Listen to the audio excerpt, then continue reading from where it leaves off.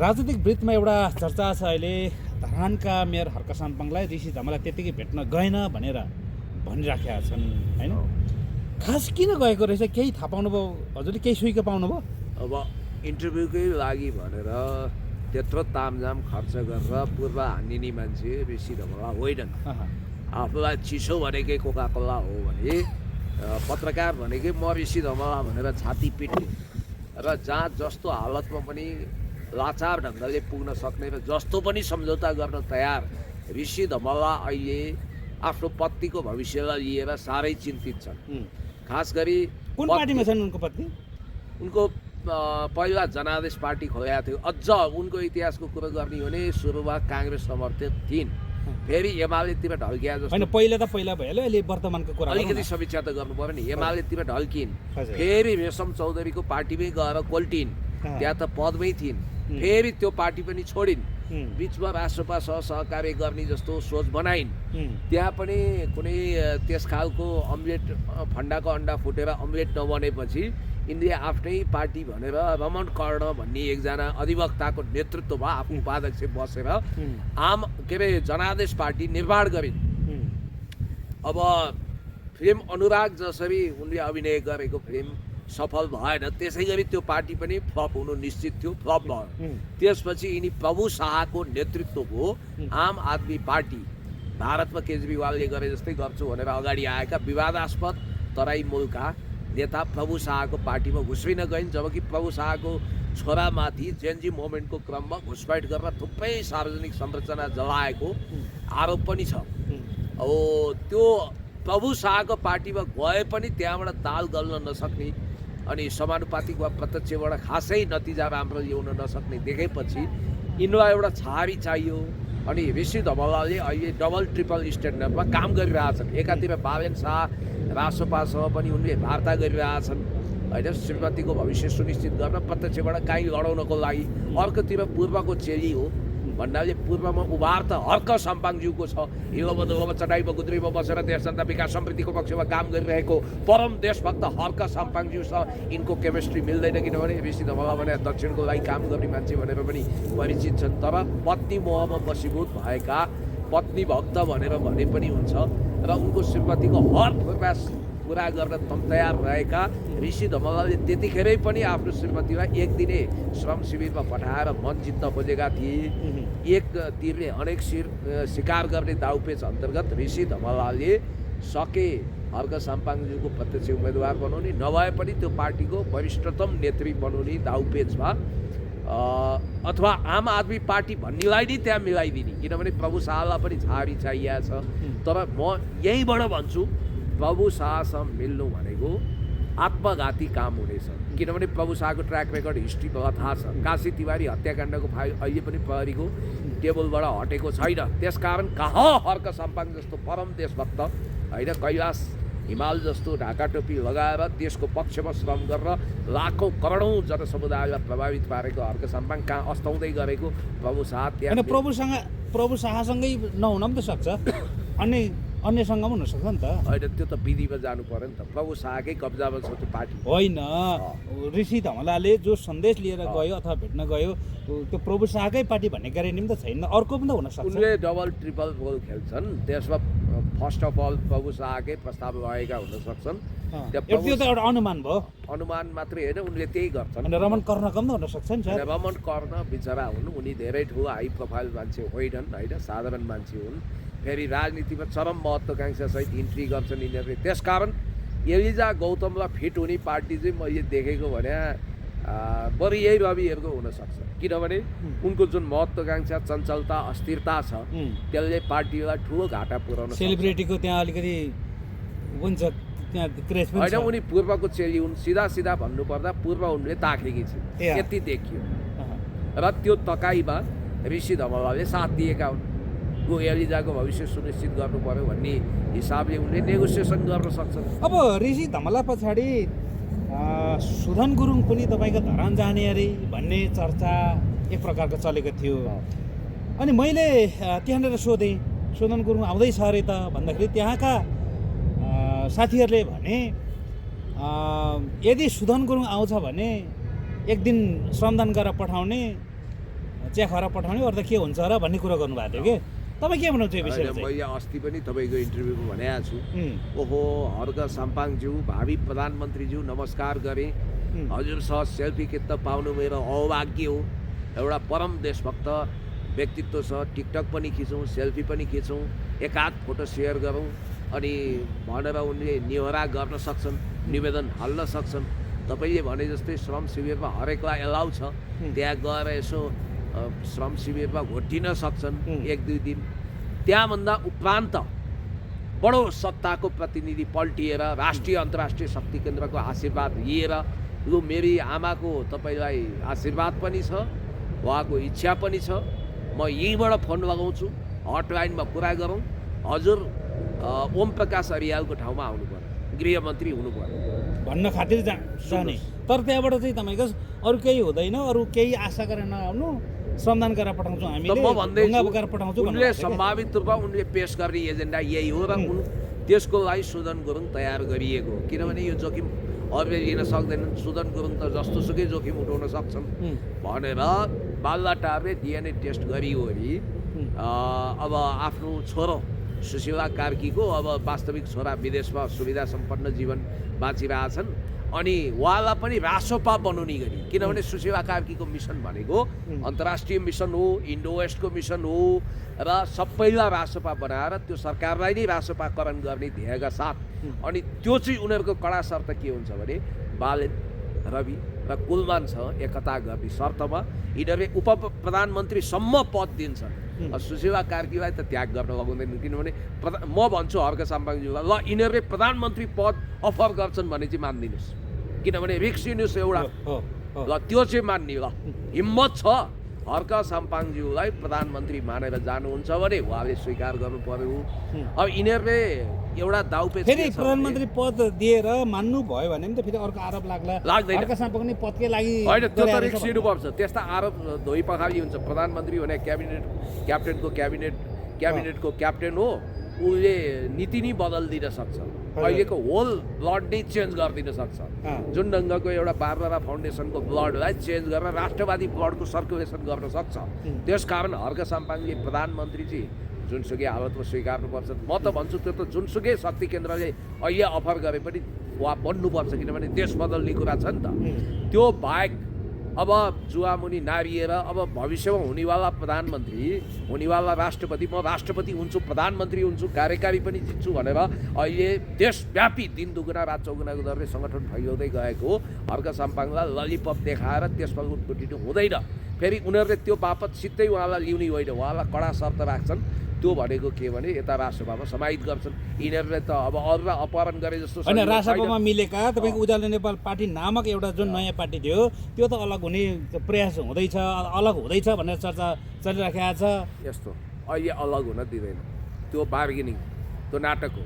किनभने अस्ति कुलमानको गिरफ्तारी के अरे अपहरण भयो भनेर प्रचण्डले नि बोल्नु हो, यहाँ भिडियो देखाउनु आवश्यक छैन, चारैतिर आइसकेको छ। र भरत दाहालले त क्याटेगोरिकली अब रवि होइन त्यो त सुदन गुरुङ आफैले बोल्नु भएको छ त, बौद्धको चाहिँ नि मिटिङ हलबाट थुतेर ल्याएँ कुलमानलाई भन्ने कुरो त। अब तालचाल लगाइदिने, जबरजस्ती सहमति गर्न लगाउने, तैँले सहमति गरिनस् भने पासपोर्टको केस भ्याउजाइदिन्छौँ, सहकारी केसबाट तेरो राजनीति नै द इन्ड गरिदिन्छौँ भनेर धम्क्याएरै रवि लामिछानेलाई।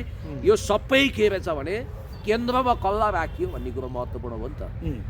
बालेन शाहलाई यो देशको प्रधानमन्त्री बनाएर लुसिफरवादी नीति लागू गरेर भेनेजुएलामा जस्तै देशभक्त कोही प्रधानमन्त्री हो भने, जसरी निकोलस मदुरोलाई सिआइएले अपरेसनै गरेर त्यहाँबाट आँखामा पट्टी बाँधेर हातमा हतकडी लगाएर एउटा सार्वभौमसत्ता सम्पन्न देशले सिआइएको अमेरिकाको डोनाल्ड ट्रम्पको प्रस्ताव अस्वीकार गर्दा अल टाइम बेस्ट लेजेन्डरी तत्कालीन राष्ट्रपति ह्युगो चावेजको सच्चा उत्तराधिकारीको रूपमा आएको निकोलस मदुरोलाई अपहरण शैलीमा लगेको छ। त्यसै गरी नेपालको देशभक्तलाई सके कतयाम गर्ने, नभए पनि अपहरण गर्ने। र यदि हर्क साम्पाङ धेरैले भनिराखेको छ नि त, तपाईँको यहाँ पनि अमेरिकाले खेल खेलिराखेको छ होइन, यो चाहिँ अमेरिकाले चाहिँ मिलाएको हो, जबरजस्ती यिनीहरू मिलेको होइन होइन। कुलमान, रवि, बालेन जबरजस्ती अमेरिकाले मिलाइदिएको, यिनीहरू चाहिँ मिल्न चाहेको थिएन। बालेन शाह भनेको अमेरिका र इन्डियाको साझा मान्छे, मैले तपाईँलाई भनेको थिएँ। त्यसमा इन्डियाको पनि सहमति हुन्छ। रविलाई इन्डियनहरूले नमान्न सक्छन्, कुलमानमा नमान्न सक्छन्, बालेन शाहलाई चाहिँ अब यहाँ हुन त मैले नसचेतको कुरो गरे जस्तो हुन्छ। त्यहाँको अमित शाह पनि तेली शाह जो मोदी क्याबिनेटका सेकेन्ड इन कमान्ड हुन्। अब हुन त हाम्रो स्वर्गीय बसन्तमान सिंह अधिकारीले अमित शाहसँग भेटेपछि चुच्चे नक्साको ग्रेटर नेपालको नक्साको नाटक गरे। म नेपाल हाँसेको हेर्न चाहन्छु भन्ने गीत त गाउँछन्, तर नेपाल जलाएर नेपाल रुवाएको हेर्न चाहने मान्छेले कहाँबाट नेपाल हँसाउन सक्छन्? नेपाल हँसाउन सक्ने भने त हर्क साम्पाङज्यू हो। त्यस कारणले होइन, उहाँहरूको मन त राम्रै होला, नेपाललाई विकास गर्नै चाहनुहुन्छ होला, तर अन्तर्राष्ट्रिय शक्तिले त्यो गर्नु दिँदैन होला क्या? त्यो पनि त हुनसक्छ नि। मेरो कुरा सुन्नु न, विकास भनेको त राष्ट्रियता बलियो भएपछि बन्छ। जिउ राए घिउ खाइन्छ। तपाईँको शरीर नै छैन भने आत्मा कहाँबाट प्रविष्ट हुन्छ? त्यसकारण मैले तपाईँलाई भन्न खोजेको कुरा के हो भने हिजो सिंहदरबार जलाउने स्क्रिप्ट कहाँबाट लेखियो, यो देशमा अशान्तिको खाँडो कहाँबाट जाग्यो? सारा शक्ति अहिले के देखियो भने रविलाई पनि झुकाएको त्यही कारणले रहेछ, पार्टी एकीकरण गराएको पनि त्यही कारणले रहेछ। अमेरिकी साम्राज्यवादीले हो भन्न सकियो। मात्रै होइन, इन्डिया पनि हो। मैले भनिहालेँ बालेन शाहमा पुगेर इन्डिया र अमेरिका इन्डो वेस्ट छ के यहाँ, इन्डियन मात्रै छैन, युरो अमेरिकन सेन्टर त छँदैछ। इन्डो वेस्ट भने इन्डियन सहितको र सिआइए र युरोपियन युनियन सबैको साझा उम्मेदवार भने अहिले बालेन शाह रहेछन्। बालेन शाहलाई प्रधानमन्त्री बनाउनको लागि काङ्ग्रेस र एमाले मिल्लान्, फेरि केपी शर्मा ओलीको शक्तिशाली उदय होला, दलहरूले ठुलो सिट ल्याउलान्। पूर्वबाट उदाएका हर्क साम्पाङ पनि तालमेल गरे पनि नगरे पनि उहाँको एउटा बेजोड प्रेजेन्स होला। राष्ट्रवादी उहाँहरूले रासपाको हाइटलाई खाइदिएला, रासपाको सारा सिटहरू उसको पोल्टामा जाला भनेर अहिले हर्क साम्पाङलाई पनि त्यही लगेर बिदाई गराइदिने पदको झाँसा ललिपप देखाएर यो किमार्थ सम्भव छैन। फेरि उहाँ भनेको हिमाल जस्तो हुनुहुन्छ आफ्नो दृढ राष्ट्रवादी अडानमा। अनि त्यसपछि काङ्ग्रेस तोडफोड गर्ने गगन थापाले हेर्नु त 3 महिना पनि नकुरिकन विशेष अधिवेशन महाधिवेशन बोलाएर काङ्ग्रेस टुक्राउनको लागि सके काङ्ग्रेस कब्जा गर्ने। देउवाले उनलाई काङ्ग्रेस गिफ्ट दिनुपर्ने, नभए उनले कि त काङ्ग्रेसको सभापति भएर काङ्ग्रेस कब्जा गर्न सकिँदैन भने त्यसलाई फुटाएर यही रासपावालासँग तालमेल गरेर जान फोहोरी खेल खेल्दैछन्। तपाईँको हिजो यो टिभीमा पनि रिपोर्ट आएको छ। त्यस कारणले गर्दाखेरि यो सारा खेल भनेको स्थापित पार्टीलाई पनि कमजोर बनाउने, तोडफोड गर्ने, मिल्न नदिने, हर्क साम्पाङको उदय रोक्ने। त्यही भएर मैले के पो जोड गरेको छु भने हर्क साम्पाङज्यूलाई अब राष्ट्रिय मात्रै होइन अन्तर्राष्ट्रिय चुनौती पनि छ। हामीले भेनेजुएलाको राष्ट्रपति निकोलस मदुरोबाट सिक्नुपर्छ। उहाँले मिलेनियम च्यालेन्ज कर्पोरेसन भनेको इन्डो पेसिफिक स्टडिज सालनाल जोडिएको छ, यो सैन्य रणनीति हो भनेर स्पष्ट रूपमा भन्नुभएको छ। र हजारौँ हेक्टर जमिन मिचिँदा पनि राष्ट्रिय झन्डा बोकेर सिमानामा लड्न जानुभएको वीर योद्धा हुनाले अहिले देशव्यापी कसैको नयाँ उभार छ भने उहाँकै भएको हुनाले पश्चिमबाट पनि उहाँको लागि सूर्य उदाइसकेका छ। तपाईँले बुटोलमा देखिसक्नुभयो। अब अल नेपालमा त्यो फिजिँदैछ भन्ने बित्तिकै हर्क साम्पाङज्यूलाई रोक्न सकिँदैन भन्ने हिसाबले एउटा हर्क साम्पाङज्यूको बेग रोक्न, दोस्रो बालेन शाह जुन पार्टीमा छिर्छन् त्यसलाई सबैभन्दा शक्तिशाली बनाएर बालेनलाई प्रधानमन्त्री बनाएर देशलाई युक्रेन बनाउनको लागि यो फाइनली ग्रान्ड डिजाइन सुरु भएको छ। सम्पूर्ण देशभक्तहरू होसियार र यो फेरि ट्याटुवाल मुन्द्रेवाल यो जहाँ पनि बिक्न सक्ने भाडाका यो दुर्गा प्रसादले हिँडाउँछन् नि वरिपरि सन्डमुसन्ड त्यस्ता होइन। हर्क साम्पाङले आफ्नो सेक्युरिटीको लागि कृपया हर्क साम्पाङसँग चुनुदाम छैन, पैसा छैन, उहाँले कमाउनुहुन्न। तपाईँहरू जो ब्रिटिस लाउरे हुनुहुन्छ, सैन्य तालिम लिनुभएको छ, देशभक्त हुनुहुन्छ, खास गरी भन्ने हो भने मूलवासी साथीहरूले जो सैन्य पृष्ठभूमिको हुनुहुन्छ उहाँहरूले हर्क साम्पाङज्यूलाई विशेष सुरक्षा दिनु पर्यो। किनभने तपाईँले देख्नु भएको छ नि सुदन गुरुङको वरिपरि भएका मान्छेहरू इन्टेलिजेन्सका मान्छे हुन्, तालिम प्राप्त छन्। उनलाई ओभरकोट लगाएर तपाईँको साउथको हिरो जस्तो बनाएर त्यो मान्छे बोल्न पनि जान्दैन, त्यसको राजनीतिक चेतना पनि छैन। हर्क साम्पाङले त हिलोबदोलोब चटाइमा बसेर देशको लागि धेरै काम गर्नुभएको छ। त्यो मान्छेको योगदान के छ? मैले गरिब दुःखीको लागि लाखौँ दान गरेको छु। त्यो मान्छे हिजोसम्म कहाँ थियो, अहिले संवैधानिक हैसियत बिना नै चुरीफुरी उसको किन बढेको छ भन्नाले सुदन गुरुङको कार्ड प्रयोग गरेर हर्क साम्पाङलाई उनीहरूलाई थाहा छ अपहरण सहिलो उहाँ आउनुहुन्न। किनभने उहाँ त अपहरणकर्ता। यदि हर्क साम्पाङमाथि हात चम्काउने आँखा चम्काउने हात लम्काउने कोसिस भयो भने सिङ्गो नेपाल उठ्नेछ। याद गर्नु होला, बालुवाटार घेरा हुनेछ। तपाईँले हर्क साम्पाङज्यूलाई घेरा हाल्नुभयो भने लाखौँ मान्छे गएर हर्क साम्पाङलाई फेरि यो अवस्था पनि नआउला भन्न सकिँदैन। चुनाव मात्रै सार्ने कोसिस भयो भने हर्क साम्पाङको नेतृत्वमा धावा बोल्नुपर्छ। किनभने यिनीहरूले जुन तरिका अप्नाए नि यहाँ चाहिँ शान्तिको तरिका हुन्छ। लाखौँ मान्छे बालुवाटार गएर सिंहदरबार गएर हर्क साम्पाङलाई प्रधानमन्त्री घोषणा। अनि एउटा खुलासै गरौँ न, के साँच्चै के हर्क साम्पाङलाई देशी विदेशी सुरक्षा थ्रेट बढेकै हो? बढेको कुन आधारले के छ अलिकति खुलासा गर्नुहोस् त। कुन आधार भने हर्क साम्पाङज्यू भनेको इन्डो वेस्टको प्रभाव दबाव र नेपाललाई उनीहरूले फेतिपत मुभमेन्ट चलाउनको लागि बारबरा फाउन्डेसन समता सबैको जोइन्ट भेन्चर त्यही कारण भएको नेपाललाई बफर स्टेट बनाउन चाहन्छन्। चिकन नेकको रूपमा एउटा स्टेट डिक्लियर गर्न चाहन्छन्। खास गरी मधेसबाट एक मधेस एक प्रदेश भनेर सिके राउतले सुरु गरेका छ। त्यसको लागि यो भारत र नेपालको बिचमा एउटा बफर स्टेट बनाउन चाहन्छन्। अन्ततगत त्यो भारतकै कब्जामा लाने, तराईका अमूल्य ठाउँहरू टुक्राउने र पूर्वलाई घेरा हाल्ने यिनीहरूको योजना छ। र त्यो अन्तर्गत रणनीतिक कामको लागि सबभन्दा कामयाब गोटी भनेको यही लुसिफर हुन्छ।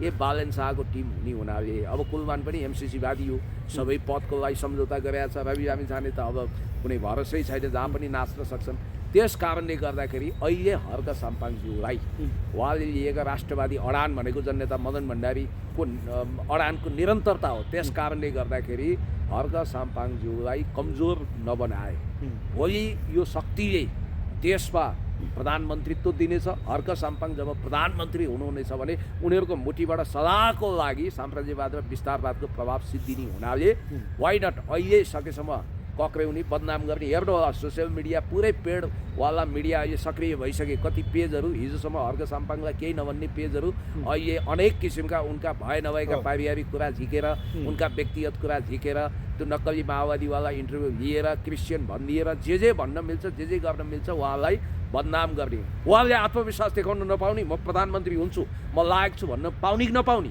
उहाँलाई संवैधानिक हक छ। एउटा मेयर, एउटा नाते सडकको कुनै 2 पैसे 2 कौडीको औकात नभएको टप्पर टुइयाले त टिभीको क्यामेरा सामु उभिएर अब म भविष्यको प्रधानमन्त्री हो भन्न पाउँछ। वंशजको एउटा देशभक्त नागरिक जो अहिले बालवाला मेयर हुनुहुन्छ, भविष्यमा म कार्यकारी हुन्छु भन्न पाउनुपर्छ कि पर्दैन? हो, त्यो भनेपछि यिनीहरूलाई औडा छुटेको हो। र बालन शाहको नजरमा देशमा उनको सबैभन्दा ठुलो 1 नम्बरको दुश्मन भनेको कोही छ भने हर्क साम्पाङ भन्ने उनलाई लागेको छ। किनभने उनी त सेटिङमा छन्। त्यो भएको हुनाले देशभक्तहरू एक ठाउँमा आएर देशघातीहरूसँग प्रतिकार भनेपछि अहिले सकेसम्म हर्क साम्पाङलाई सत्तामा पुग्नै नदिने एउटा रणनीति कथन तपाईँलाई थाहा छ? सुन्नु न, तपाईँको कुराकानी अहिले हर्क साम्पाङज्यू विरुद्ध कसरी उम्मेदवारी तय गर्दैछ ख्याल गर्नु होला। ठिक छ। अहिले सकेसम्म हर्क साम्पाङलाई सत्तामा पुग्नै नदिने, कथन कदाचित सत्तामा पुगिहाल्यो भने पनि तपाईँको यो अहिले जुन भेनेजुएलामा जुन घटना भएको छ अहिले होइन, त्यस्तै तरिकाले हुन सक्ने, त्यस्तो घटना घट्न सक्ने, जुन अमेरिकाले अहिले एक प्रकारले अपहरण जस्तै गरेर लगाएको छ नि त्यहाँको राष्ट्रपतिलाई, त्यस्तै हुन सक्ने खतरा देख्नु भएको छ तपाईँले? त्यही भएर अहिलेदेखि भेनेजुएलाको राष्ट्रपति निकोलस मदुरो जो भ्लादिमिर पुटिनसँग गएर स्ट्राटेजिक प्याक्ट गरे, चिनियामा राष्ट्रपति सी जिनपिङसँग व्यापारिक सम्झौता गरे, बिआरआईको हिस्सा भए, त्यहाँ भएको करोडौँ ब्यारेल तेलमाथि अमेरिकाले आँखा गाडेको छ। जसरी नेपालको नेचुरल रिसोर्सेसमा गाडेको छ र नेपाललाई बेस क्याम्प बनाएर परेड ग्राउन्ड बनाएर चीनलाई घेरा गर्न चाहन्छ, भारतलाई चेक गर्न चाहन्छ। त्यसको लागि उनले दलाल मान्छेलाई स्थापित गर्न खोज्दैछ। त्यसै गरी नेपाललाई आफ्नो मुठीको माखो बनाउन खोज्ने हुनाले र भविष्यको सशक्त राजनेताको उहाँको उदय हुने सम्भावना देखेको हुनाले, उहाँको एउटा इस्पाती दृढता भएको हुनाले उहाँलाई झुकाउने, गलाउने, फकाउने केही नलाए बल प्रयोग गर्ने उनीहरूको नीति हुनसक्छ।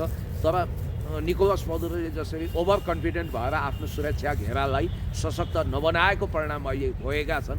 मैले भनिहालेँ अहिले साम्राज्यवाद आउला भन्न सकिँदैन, तर साम्राज्यवादका अनुचरहरू, साम्राज्यवादका दलालहरू, साम्राज्यवादको टाट्नामा तपाईँको चास्नीमा फ्याँकिएको जुठो पुरो हुर्किएकाहरू, त्यो हड्डी खाएर हुर्किएर राष्ट्रियता विरुद्ध झुसियो डकारनेहरूले सामदाम दण्डभेद नीति अप्नाउन सक्छन्।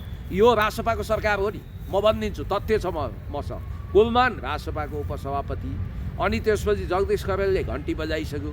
बब्लु गुप्ता बालेनकै मान्छे हो, बालेनले बनाएको सरकार भन्ने बित्तिकै यो कसको सरकार हो त भन्दा रासपाको हो। यो रासपाको सरकारले कुलमान के अरे हर्क साम्पाङज्यू विरुद्ध मैले त सुन्दैछु हर्क साम्पाङज्यूलाई त्यहाँबाट सके आफ्नो ग्रिपमा लिने, यही मोर्चामा विलय गराएर उहाँलाई अस्तित्वै समाप्त गरिदिने, मन्त्री बनाएर नसके उहाँलाई हराउन सम्पूर्ण तागत प्रयोग गर्ने, पैसाको खोलो बगाउने र त्यहाँ रासपाको तर्फबाट जो उम्मेदवार उठ्छ त्यसलाई सबैले समर्थन गर्ने, इभन काङ्ग्रेसको पनि समर्थन खोजिरहेछन्।